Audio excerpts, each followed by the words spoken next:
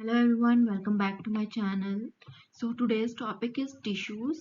So आज की class में we will discuss about plant tissues जो कि NCERT based है for our natural science syllabus. So let's start here. So first of all tissues क्या होते हैं? So tissues जो है वो millions of cells से मिलके बने हैं. अगर millions of cell present है that will form a tissue.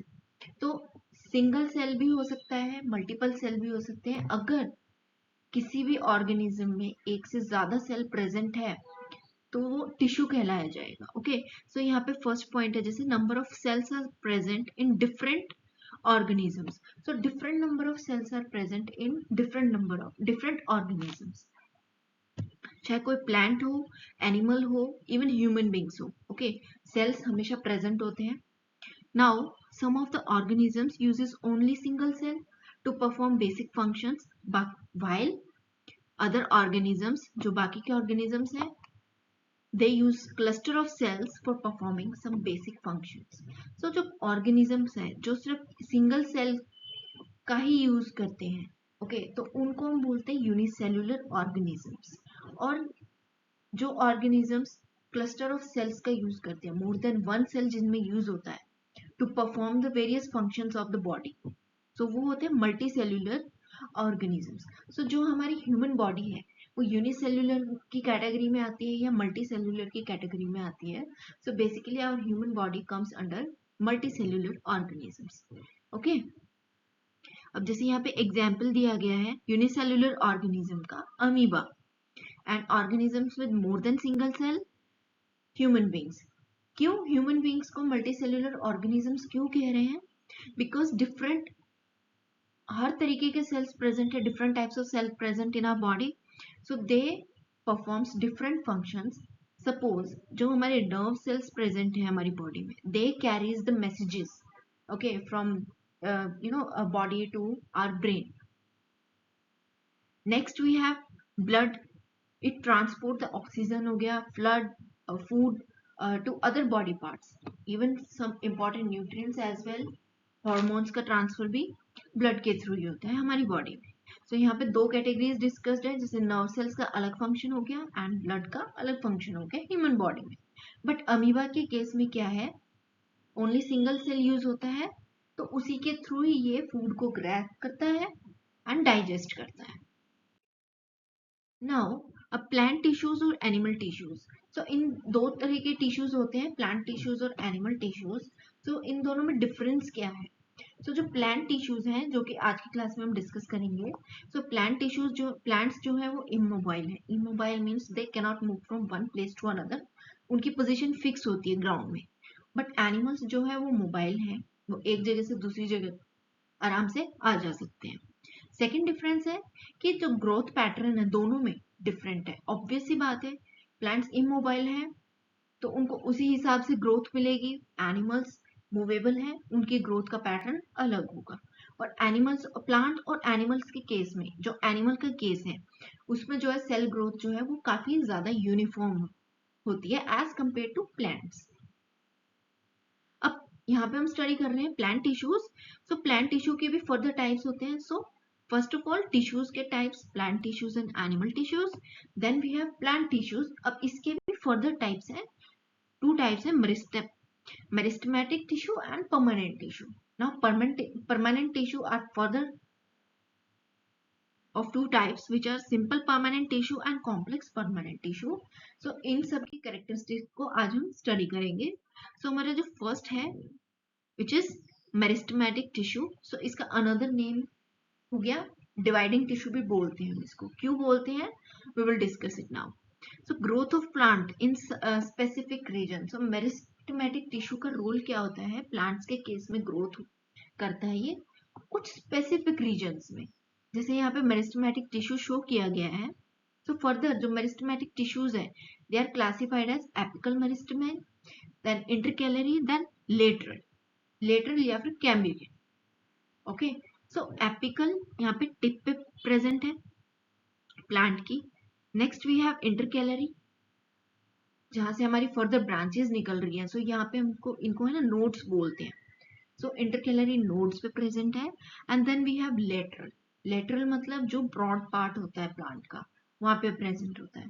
सो इन तीनों का रोल क्या है? सो जो एपिकल मेरिस्टम है, it is present at the growing tips of both stems और रूट्स। रूट्स में भी पॉइंट्स होते हैं, जो एंडिंग पॉइंट होता है वो एपिकल मेरिस्टम है। सो स्टेम जो है अपवर्ड की तरफ ग्रो करेगी and root will grow into the ground downward direction में। ऑलराइट, और it increases the length of stem as well as roots. Apical meristem का मेन फंक्शन क्या होगा? ये लेंथ को जो है प्लांट की को इंक्रीज करता है, साथ में रूट्स को भी। Then we have intercalary. It is located near the nodes. यहीं से हमारी ब्रांचेस जो है, वेरियस ब्रांचेस जो है वो निकलती है प्लांट्स में। तो जहां से वो निकलती है that is known as nodes. Last we have lateral meristem. So it increases the girth. Girth means जो ये हमारा ब्रॉड पार्ट हो गया, the distance around the outside of a thick और a fat object like a tree.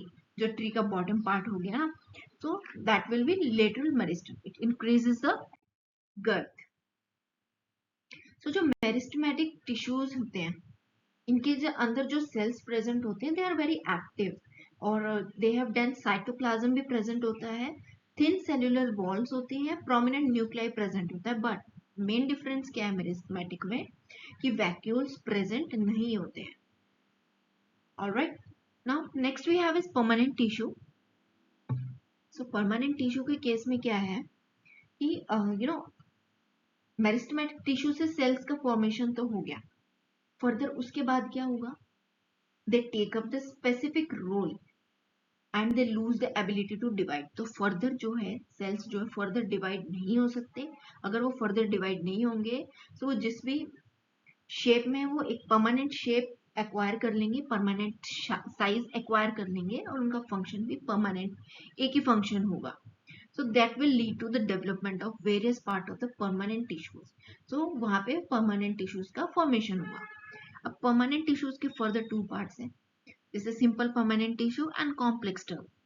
complex permanent tissue है। अब simple permanent tissue को हम इस तरीके से पढ़ेंगे, डायग्राम के थ्रू हम देखेंगे। So simple permanent tissue में क्या है? A few layers of cell beneath the epidermis। epidermis जो है वो प्लांट का जो आउटर वाला पार्ट होता है, उसके नीचे जो आउटर सरफेस है उसके नीचे जो few layers हैं, these are simple permanent tissue। so जो वो few layers हैं उनका zoomed part यहाँ पे शो किया गया है। और सिंपल परमानेंट टिश्यू के थ्री टिश्यूज आते हैं इसमें, parenchyma, then collenchyma, then sclerenchyma. तो जो पैरेन्काइमा है, तो क्वेश्चन बन सकता है कि मोस्ट कॉमन जो सिंगल परमानेंट टिश्यू है वो कौन सा है? तो पैरेन्काइमा। ऑलराइट, क्यों? क्योंकि इसमें जो है अनस्पेशलाइज्ड सेल्स, बहुत ही थिन सेल वॉल्स होती हैं। यहाँ पे दिख रहा होगा बहुत ही थिन, बिल्कुल पतले वाली जो डार्क ग्रीन कलर का बाउंड्री है, these are hair cell walls. तो बहुत ही थिन है as compare to other two. And they are usually, ये जो है we can say they are loosely arranged. So जो ये डिफरेंट डिफरेंट सेल्स है, suppose this is 1, this is 2, this is 3, तो इन दोनों के बीच में ये जो डिफरेंट डिफरेंट सेल्स हैं यहाँ पे, इनके बीच में स्पेस मिलेगा आपको। तो दे आर लूजली अरेंज्ड, और जो इनके बीच में काफी लार्ज स्पेसेस प्रेजेंट है उनको इंटरसेल्यूलर स्पेसेस बोलते हैं। And what is the function of this tissue? So basically this tissue generally stores the food, और इसमें जो है क्लोरोफिल भी प्रेजेंट होता है। अगर ये फूड को स्टोर कर रहा है तो ऑब्वियस सी बात है इसमें क्लोरोफिल भी होगा। ऑलराइट, तो फोटोसिंथेसिस भी परफॉर्म करेगा। और अगर क्लोरोफिल प्रेजेंट है और वो फोटोसिंथेसिस भी कर रहा है, then that tissue will be collenchyma. So basically इनका फंक्शन क्या होता है कोलेन्काइमा का? जो ये टिश्यूज जो होते हैं, ये जो हमारा प्लांट है उसको फ्लेक्सिबिलिटी प्रोवाइड करते हैं। हमने देखा होगा प्लांट्स काफी फ्लेक्सिबल होते हैं, अगर उनके स्टेम से को हम टच करते हैं दे विल बेंड इजीली। सो अगर क्लोरोफिल और फोटोसिंथेसिस प्रेजेंट नहीं है बट फूड स्टोर हो रहा है, तो that will be parenchyma.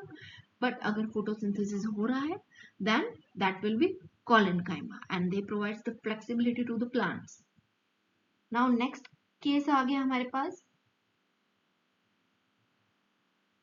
Sclerenchyma. So sclerenchyma, collenchyma में क्या था, फ्लेक्सिबिलिटी है। स्क्लेरेंकाइमा में जो है फ्लेक्सिबिलिटी नहीं होती है।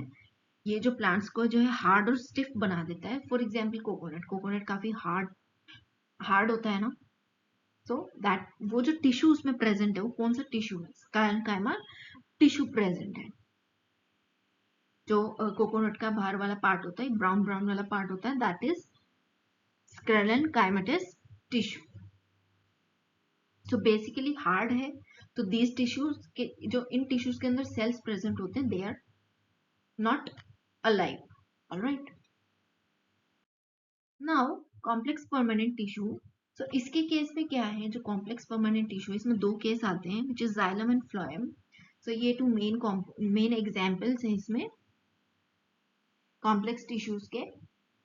सो जाइलम और phloem, they both are conducting tissues, और इन दोनों में जो है वैस्कुलर बंडल प्रेजेंट होता है। वैस्कुलर, ये जो वैस्कुलर बंडल प्रेजेंट है दोनों में, it is a distinctive feature जो कॉम्प्लेक्स परमानेंट टिश्यू में ही प्रेजेंट है, ये वैस्कुलर।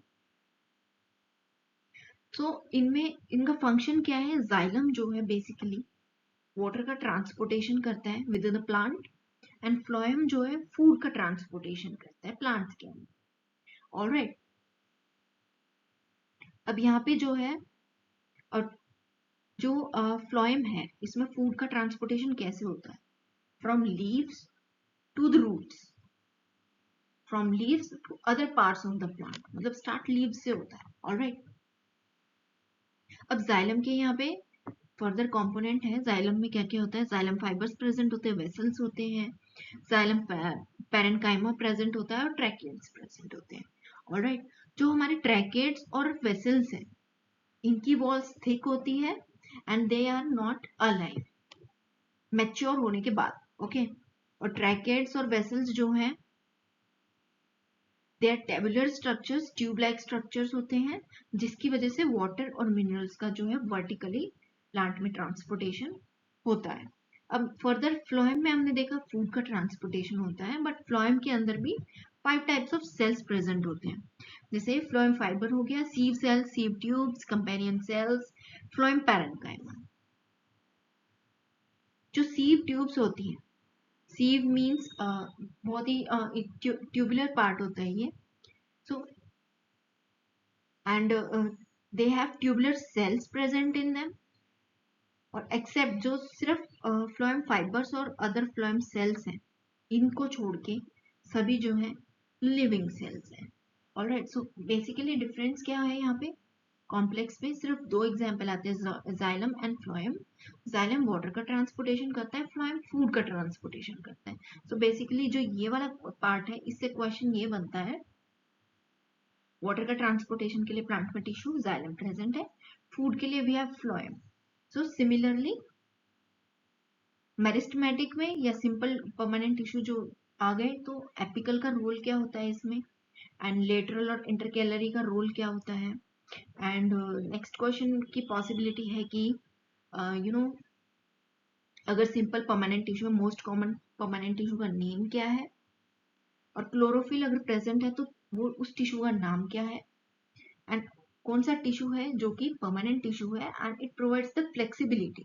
सो क्लोरेन्काइमा हो गया हमारे पास, क्रेलेन्काइमा हो गया, पैरेन्काइमा हो गया। सो these are some important terms to be asked in exam. Okay, so thank you so much for today's session. Thank you. Class, we are going to study about animal tissues. Thank you.